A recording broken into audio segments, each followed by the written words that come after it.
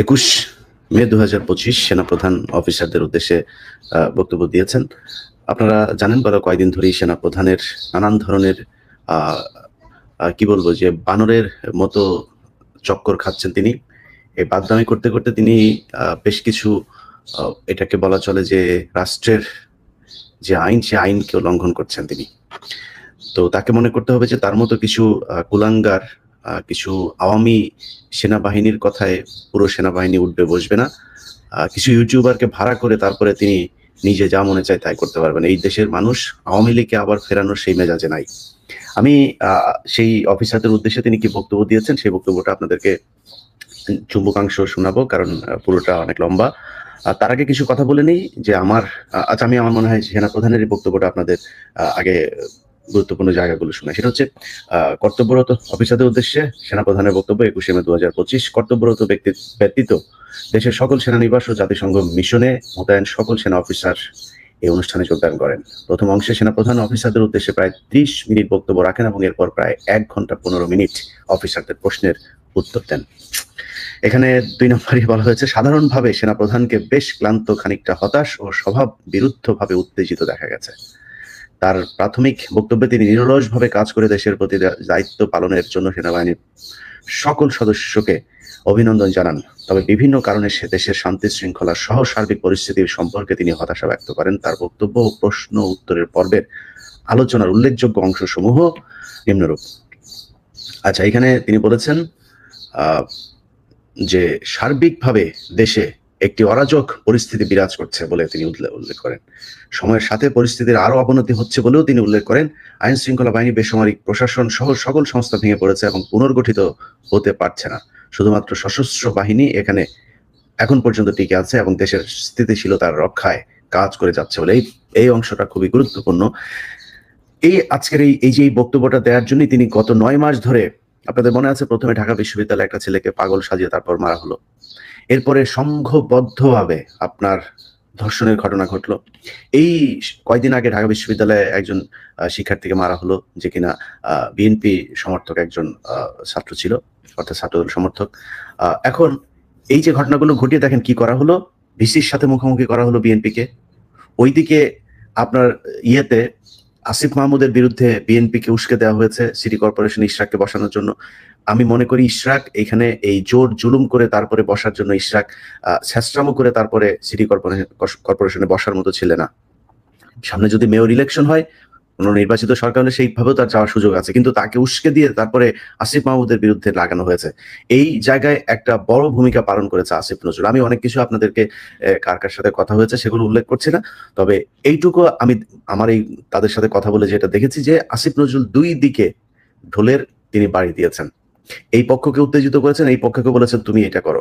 So সে সরকারে থেকে ইশরাককে বসতে দেবে না এটা যেমন বলছে, সে আবার ইশরাককে বলছে যে এই সরকারে সে নাম ধরে কয়েকজনের কথা বলেছে যে এই ব্যক্তি নাকি ইশরাককে বসতে দিচ্ছে না, যে কারণে বিএনপি তাদের বিরুদ্ধে এখন খেপছে। তো এই কাজটা সেনাপ্রধান অনেক আগেই করতে চেয়েছে, অনেক আগে থেকেই চেষ্টা চালিয়ে যাচ্ছে দেশে একটা অস্থিতিশীল পরিস্থিতি বিরাজ করুক এবং মানুষ ইউনূস সরকারের প্রতি একটা বিরূপ একটা পরিস্থিতি তৈরি করে তারপরে তাদেরকে সেনাবাহিনীর কাছে যাতে সারেন্ডার করে, যে স্যার আপনারাই ক্ষমতা হাতে তুলে নেন। এই চেষ্টা তিনি 5 তারিখের আগে 3 তারিখ থেকেই শুরু করেছে। তার ইচ্ছা ছিল আসিফ নজরুলকে প্রধান উপদেষ্টা করে তারপর একটা সরকার গঠন হবে, আর আসিফ নজরুলকে দিয়ে তিনি যেভাবে চান সেভাবে করতে পারবেন, কিন্তু সেটা সম্ভব হয় নাই। আমি সরকারকে বলবো অতি সত্বর ডিজিএফআই এর এই সোর্স আসিফ নজরুলকে দ্রুত সরকারের এই উপদেষ্টা থেকে বহিষ্কার করা হোক। তারপরে তিনি বলেছেন যে 5 আগস্ট হতে এ পর্যন্ত সার্বিক পরিস্থিতি স্থিতিশীল রাখতে সেনাবাহিনীর অক্লান্ত নিঃস্বার্থ ভূমিকা পালন করতে সেনাবাহিনী ও সেনাপ্রধানকে টার্গেট করা হচ্ছে বলে তিনি হতাশা ব্যক্ত করেন।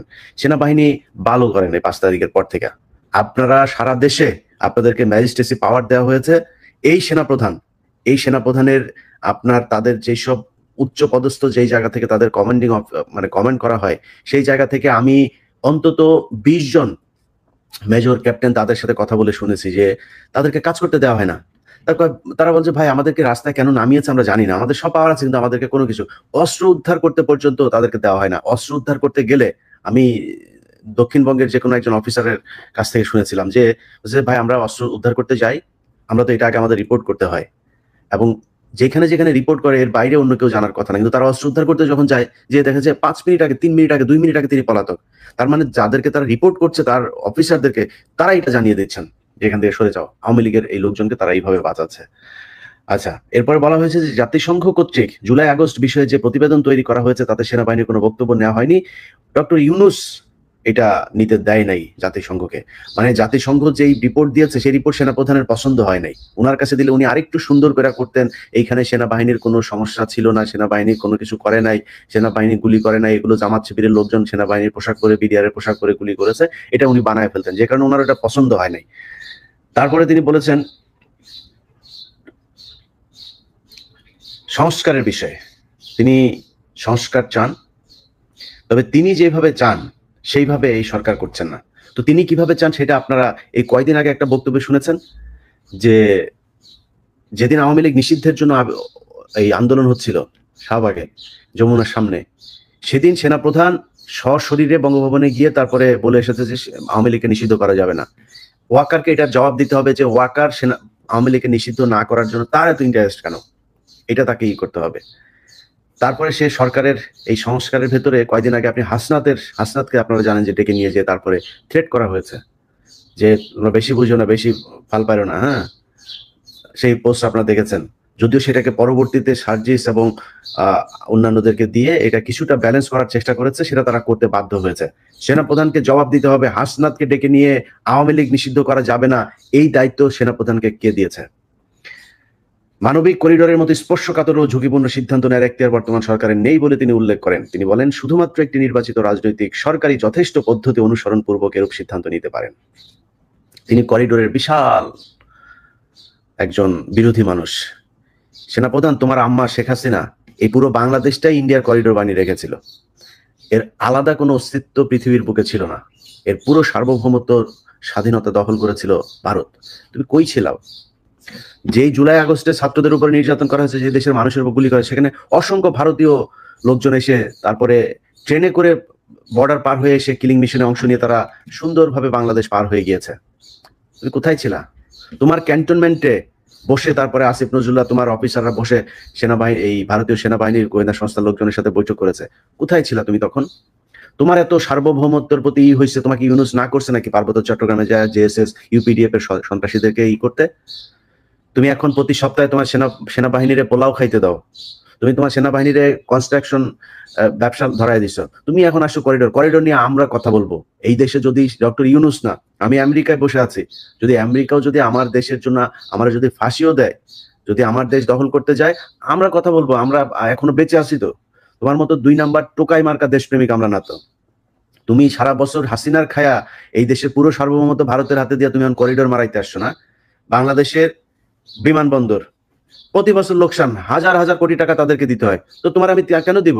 বিদেশি কোম্পানি, আমি কোনো দেশ যদি নাকি আমি যদি টেন্ডার দেই, সেখানে বিদেশি বিভিন্ন কোম্পানি আসবে, সেই টেন্ডারে যারা পাবে তারা নেবে।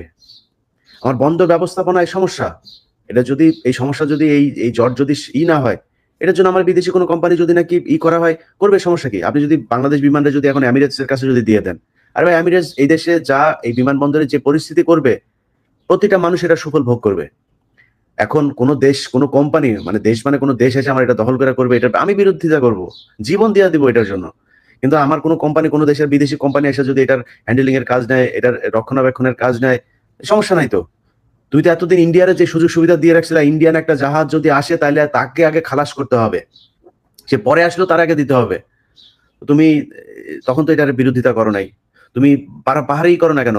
তোমার খাওয়ার জন্য নাকি এই ডিএইচএস আর এই ঢাকা শহরে অর্ধেক দখল করে তোমার খাওয়ার জন্য সেনাবাহিনী রাখছি নাকি আমরা? তুমি পাহাড়ে যাও, পাহাড় আগে দখল মুক্ত করো, এরপরে তুমি করিডোরের বিরুদ্ধে কথা বলতে এসো। ডক্টর ইউনূস আর সেনা প্রধান কিংবা যে যাই বলুক, আমরা করিডোর বা কোনো বিদেশি কোনো সংস্থার কাছে কোনো কিছু দিতে আমরা একজন মানুষকে বিশ্বাস করি, সেটা হচ্ছে বেগম খালেদা জিয়া। বেগম খালেদা জিয়ার মতামত নিয়ে যদি মনে করে যে না এটা ঠিক আছে, যেহেতু এটা নিয়ে একটা তৈরি হয়েছে, আমি নিজেও করিডোর সম্পর্কে কিছুই জানি না যে ইউনূস আসলে কোন শর্তে কাকে দিতে চাচ্ছে। ইউনূস যদি কোনো দেশের কোনো বিদেশি শক্তির হয়ে যদি কাজ করতে চায়, আরে ভাই রাতারাতি ইউনূসের বিরুদ্ধে দাঁড়াবো আমরা। যেহেতু এটা নিয়ে একটা বিতর্ক তৈরি হয়েছে, আমি মনে করি এর মধ্যস্থকারী হিসাবে খালেদা জিয়াকে রাখা যাইতে পারে, এবং বেগম খালেদা জিয়া যেটা বলবে সেটাই হবে।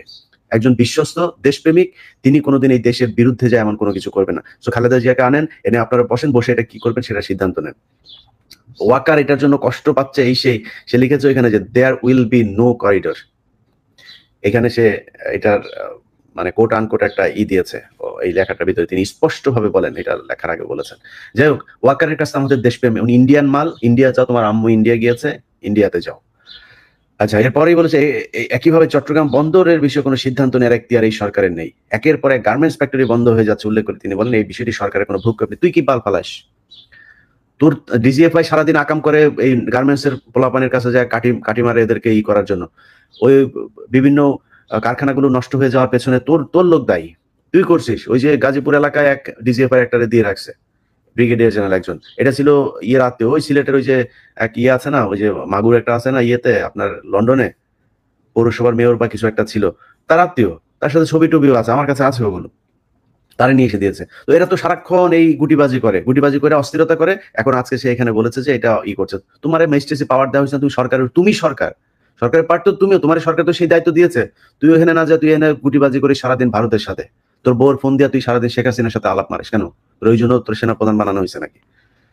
তারপরে বলেছে যে গত 20 মে 2025 তারিখ রাতে অনুষ্ঠিত সভায়, এর পূর্ব রাতে সেনা ভবনে কোনো গোপন সভা হয়েছিল কিনা এ বিষয়ে সরকার কর্তৃক জিজ্ঞাসিত হন বলে সেনাপ্রধান উল্লেখ করেন। মানে ওনাকে সেনাপ্রধান, এই রাষ্ট্রপ্রধান ডক্টর ইউনূস জিজ্ঞাসা করেছেন, সেনাপ্রধান যে কোনো সময় আর্পিত দায়িত্বের খাতিরে সভা আয়োজন করতে পারেন, তোমার সেই কোনো সময় সরকার প্রধান জিজ্ঞাসাও করতে পারেন, তোমার এই আইন জানা উচিত। তারপরে খুব মজার একটা কথা তিনি বলেছেন যে গত 9 মাস ধরে সেনাপ্রধান হিসেবে অভিভাবকহীন হয়ে রয়েছেন বলে তিনি কয়েকবার উল্লেখ করেন। এ বিষয়ে তিনি বলেন যে তিনি একটি চাতক পাখির মতো একটি নির্বাচিত রাজনৈতিক সরকারের জন্য রাজনৈতিক নেতাদের দিকে তাকিয়ে আছেন। একটি নির্বাচিত সরকার সেনাবাহিনীর জন্য অভিভাবক হিসেবে দায়িত্ব পালন করবে। বাটপার, তোর সময়ে 2024 সালে নির্বাচন হয়েছে না? চাতক পাখির মতো এই পলিটিক্যাল দলের দিকে তাকায় ছিলি? তুই তো তাকাচ্ছিলি তোর আম্মার দিকে। তখন তুই খালেদা জিয়ার বাসায় যে তুই দৌড়ায় গেলি, বাটপাড়ির রাজনীতি মারাও, আমার এই রাজনীতি আমরা বুঝি না। তুই খালেদা জিয়ার বাসায় গিয়ে খালেদা জিয়ার সাথে এখন প্রীতি, তোর তো প্রীতি না করে উপায় নাই, তুই এই জন্য খালেদা জিয়ার বাসায় গেছিস। 24 আগে কেন গেলি না? 24 আগে যায় খালেদা জিয়ারে কেন করলি না যে আপা ম্যাডাম আপনাকে লাগবে আমাদের? তারেক রহমানের ফোন করছিলি? বিএনপির কোন নেতারে ফোন করছিলি? তোর মা যা বলেছে তুই সেভাবে 2024 সালে নির্বাচন করে দিয়েছিস। এই দেশের মানুষ তোদের দিকে চাতক পাখির মতো তাকায় ছিল। তোরা কিছু করছিস এই দেশের মানুষের জন্য? তুই তো সেই বাটপার যে কিনা সেনাবাহিনীকে বলেছিলি যে সেনাবাহিনীর এই কি বলে অস্ত্র দিয়েছে সরকারকে রক্ষা করতে হবে, এই কথা বলছিলি না তুই? তোর এই রেকর্ড আমরা পাওয়ার চেষ্টা করতেছি, পাবো কিনা জানি না, পেয়ে যাইতেও পারি। তুই যে 3 তারিখ 2 তারিখ কি আদেশ দিয়েছিলি এসব আমরা জানবো। তুই যখন কিনা এই ব্ল্যাক আউট করে পোলাপান্ডা যে হত্যা করা হইলো, তুই কই ছিলি তখন? তো তখন উদ্বিগ্ন হইস নাই তুই এতগুলি মানুষকে যে মারলো? তুই আর তোর বিডিআর এর লোকজনের দিয়া তুই করছিস, গুলি করাইছিস মানুষকে। তো সেনাবাহিনীর লোক দিয়া গুলি করে 5 তারিখ সকালেও তুই গুলি করাইছিস। তুই তো সেই বাটপার। তুই এখন আসছিস চাতক পাখির মতো রাজনৈতিক দল ইলেকশন করবে সেটার জন্য তাকায়। মানে যদি একটা নির্বাচিত সরকার আসে, ইউনূস এখান থেকে সরাই দেয়, তাইলে তোমার সুবিধা হবে গুটিবাজি করতে, তাই না? এই জন্য এখন নির্বাচিত সরকারের তাড়াতাড়ি আনার জন্য চেষ্টা পায়তারা করতেছো, সব লোকজনের কিনে নিয়ে এখন তাদেরকে দিয়েই করতেছো। এগুলি আমরা খুব ভালো করে বুঝি। যাই হোক প্রিয় দর্শক, এরকম লম্বা বিশাল ফিরিস্তি আছে, আমি আপনাদের সামনে বিষয়টা খুব জরুরি এই জন্য দ্রুত জানানোর চেষ্টা করলাম। বাংলাদেশের মানুষকে সজাগ থাকতে হবে, বিশেষ করে বিএনপির ভাইদের কাছে অনুরোধ, দেখেন সামনে নির্বাচন হবে, নির্বাচন হইতেই হবে, এটা ডক্টর ইউনূসও বলেছেন, জুনের বাইরে নির্বাচন যাবে না। আপনাদেরকে এই সেনাবাহিনীর এই ডিজিএফআই এরাই নানান ধরনের কথাবার্তা বলে আপনাদেরকে উদ্বিগ্ন করার চেষ্টা করবে, আপনাদেরকে একটা সিদ্ধান্তহীনতার ভিতরে নিয়ে যাওয়ার চেষ্টা করবে। আপনাদেরকে মাথায় রাখতে হবে এই দেশের মানুষ নির্বাচন চায়, রাজনীতি, আমি নিজেও চাই খুব দ্রুত একটা নির্বাচন হোক, এবং সেই নির্বাচন আমার বিশ্বাস ডক্টর ইউনূস দেবেন। এবং ডক্টর ইউনূস এমন কোনো জিনিস করে যেতে পারবে না যেটা বাংলাদেশের সরকার চায় না। আপনারা তাদের সাথে আলোচনা করুন, কিন্তু এই সেনাপ্রধানকে আপনাদের বুঝতে হবে যে হচ্ছে ইন্ডিয়ান মাল, আওয়ামী লীগের মাল। এই আওয়ামী লীগের মালের কথাবার্তা শুনে আপনারা সরকারের বিরুদ্ধে কোনো ধরনের উস্কানিমূলক বক্তব্য কার্যক্রম কোনো কিছু করবেন না, এটা আমাদের প্রত্যাশা। ছাত্র ভাইদেরকে বলবো, ভাই দেখেন আপনাদের হাতে এখনো সময় আছে, আপনাদেরকে প্রমাণ করতে হবে যে আপনারা আসলে দেশপ্রেমিক। এই আসিফ নজরুল থেকে সরাই আপনারা যদি 6 মাস সময়ও পান, এই 6 মাসে দেখাই যেতে হবে যে না, বাংলাদেশে আসলেই একটা ভালো কিছু আপনারা করে গেছে, সেটার জন্য আসিফ নজরুলকে এখান থেকে সরাইতে হবে। আর অন্যান্য যারা আছেন, যেসব ইউটিউবাররা ভাড়াটি হিসাবে খাচ্ছেন, আপনাদেরকে আমরা খুব ভালো করে জানি। ওয়াকারের পক্ষে কথা বলেন আপনারা কিসের জন্য? আপনারা তো সেই মাল যে কিনা মাল খাওয়ার জন্য, তারপরে আপনারা বিভিন্ন কোম্পানির কাছ থেকে টাকা পয়সা নেন। আপনাদের মতো মালের আইসে আমাদেরকে দেশপ্রেম শেখান। সেনাপ্রধানের মাসিক বেতন নিয়ে তারপরে আমাদের কেন দেশপ্রেম শিখাইতে আসিস? তোরও পেছন দিয়া ঢুকাবে শালার, তুই জানিস না তোরে যে তুই যে দেশে কয়দিন পরে যাবি, যাওয়ার পরে তারপরে তোরেও তো পেদাবে। তুই সেনাপ্রধানের ফাঁদে পা দিয়েছিস 2,70,000 80,000 টাকা বেতনের জন্য। এই সেনাপ্রধান আওয়ামী লীগকে চায় আনতে, তুই বুঝতেছিস সামনে কি অবস্থা? আওয়ামী লীগকে আনবে, ভারতকে আবার বিভিন্ন জায়গায় তাদের জায়গাগুলো সুন্দর করে দিবে। এটা হচ্ছে সেনাপ্রধান। আপনার কোনো ধোকাবাজি ধান্দাবাজিতে এই ইউটিউবার ভাড়া করে লাভ হবে? আপনাকে খুব স্পষ্টভাবে কিছু জায়গা মানুষের সামনে পরিষ্কার করতে হবে। প্রথম জায়গা, বিডিআর এর বিচার নিশ্চিত করতে হবে, তাইলে বুঝবো আপনি দেশপ্রেমিক। আওয়ামী লীগের যেসব লোকজন এখনো ডিওএইচএস এ পলাতক আছে, তাদেরকে আপনি লুকিয়ে রেখেছেন, আপনার অফিসাররা লুকিয়ে রেখেছে, তাদেরকে বের করে আইনের মুখোমুখি করতে হবে। সেনাবাহিনীকে ম্যাজিস্ট্রেসি পাওয়ার দেওয়া হয়েছে, সারা দেশে অভিযান চালান। অভিযান চালায় আওয়ামী লীগের লোকজনকে ধরেন। অস্ত্র কারা এতদিন অস্ত্রবাজি করেছে, মামলার আসামি কারা, তাদেরকে ধরেন। আপনারা কোনো কিছু করেন না। আপনি উল্টা বলছেন সরকার, আপনার কি ব্যারাকে রাখা হয়েছে? আপনাকে ম্যাজিস্ট্রেসি পাওয়ার দিয়ে বাইরে রাখা হয়েছে। আপনি কারে দোষ চাপান? আপনি প্যারালাল গভর্নমেন্ট হিসেবে আপনাকে কাজ করার ক্ষমতা দেওয়া হয়েছে, আপনি সে সেনা ইউনূসের উপরে দোষ চাপাচ্ছেন। যাই হোক, আমরা বিষয়টি নিয়ে প্রচন্ড রকমের উদ্বিগ্ন আমরা নিজেরাও। সো আমরা দেশবাসীকে বিষয়টা পরিষ্কার করার চেষ্টা করেছি আমি আমার জায়গা থেকে। আশা করি আপনারা বুঝতে পেরেছেন। সবাইকে সজাগ থাকতে হবে প্রতিটা মুহূর্ত পর্যন্ত, যতক্ষণ না পর্যন্ত বাংলাদেশে একটা নির্বাচিত সরকার না আসছে এবং সেই সরকারের নেতৃত্বে যারা থাকবে তারা যতক্ষণ স্যাটিসফাইড না। আমি যদি ছোট করে বলি যে তারেক রহমান দেশে যায়নি এখন পর্যন্ত, কেন জানি? আপনার কি মনে হয় তারেক রহমান ইউনূসের ভয় যায় নাই? সেনা প্রধানের ভয় যায় নাই? তারেক রহমান আপনাদের কাছে ভাই, অনেকের কাছে আমার মনে হইতে পারে যে আমি এখন হয়তো বা আপনার কারো পক্ষে, ভাই আমি কারো পক্ষে যে কথা বলি না, এটা কয়দিন মানে যখন একজন আজকে বলেন তার পক্ষে বলি, পরশুদিন বুঝতে পারেন যে না এই তো আসলে এর লোক না। সো আশা করি দিন শেষে বুঝতে পারবেন। ভাই বিশ্বাস করেন, বাংলাদেশে যদি নাকি একটা নির্বাচিত সরকার আসে এবং সেটার প্রধান যদি নাকি তারেক রহমান হন, আমি আপনাদেরকে কথা দিলাম, মানে আমি আমার নিজের জায়গা থেকে আমি যতটুকু বুঝতে শিখেছি তারেক রহমানকে, বিএনপির বিগত দিনে যে সরকার ছিল তার চেয়ে অনেক ভালো কিছু একটা দেখবেন। আমি আপনাদেরকে কথা দিলাম, যদি নাকি খারাপ কিছু দেখেন, যদি অন্যরকম কিছু হয়, লুটপাট হয়, তারেক রহমান বিদেশি কোনো শক্তির হয়ে কাজ করে, আমি বললাম আমি ফার্স্ট পার্সন হব যে কিনা আপনাদের সাথে দাঁড়াবো, তারেক রহমানের বিরুদ্ধে দাঁড়াবো। কিন্তু আমি এখন পর্যন্ত তারেক রহমান সম্পর্কে, তারেক রহমানের এখনকার যেই তার চিন্তা ভাবনা, তার যেসব মানুষজনের সাথে তিনি এই রাষ্ট্র নিয়ে কথা বলেন, আমি সেটা থেকে আপনাদেরকে বলছি যে তারেক রহমান একটা ভালো কিছু আপনাদের সামনে। এখন আপনি যে বিএনপিকে দেখছেন, বিএনপি এরকম থাকবে না, বিশ্বাস করেন এরকম থাকবে না। বিএনপির অনেক নেতা আছে যাদের উপরে তারেক রহমানের শতভাগ কর্তৃত্ব নাই।